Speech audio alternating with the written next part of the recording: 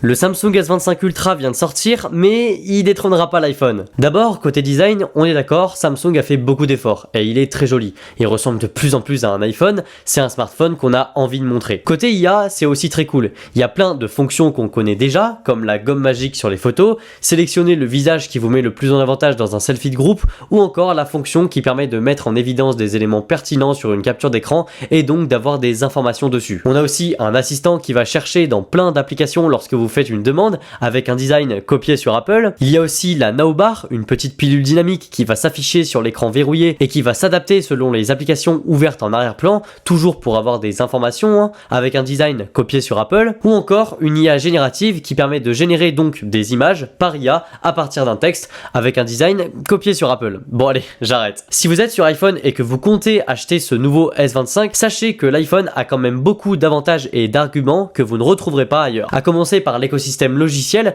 riche, complet et surtout qui fonctionne avec des fonctionnalités comme AirDrop et tout ce que vous pouvez faire avec iCloud, sans compter toutes les applications qui sont d'abord développées et mises à jour pour les iPhones et après pour Android. Je pense aussi que Samsung a encore beaucoup d'efforts à faire pour fluidifier son interface et aussi celle de l'application appareil photo, au lieu de toujours mettre le plus puissant des processeurs qui ne va pas forcément être utile à 100% au quotidien. L'écosystème d'accessoires avec les coques de protection par exemple est aussi moins grand chez la concurrence par rapport à celui d'Apple, même si en général c'est plus cher quand ça touche aux iPhones. Enfin bref, le S25 Ultra est un très bon smartphone, mais si vous êtes chez Apple, c'est pas sûr que vous serez conquis. Toi, dis-moi dans les commentaires ce qui te fait rester chez Apple et ce que tu n'aimes pas chez Samsung, like et abonne-toi.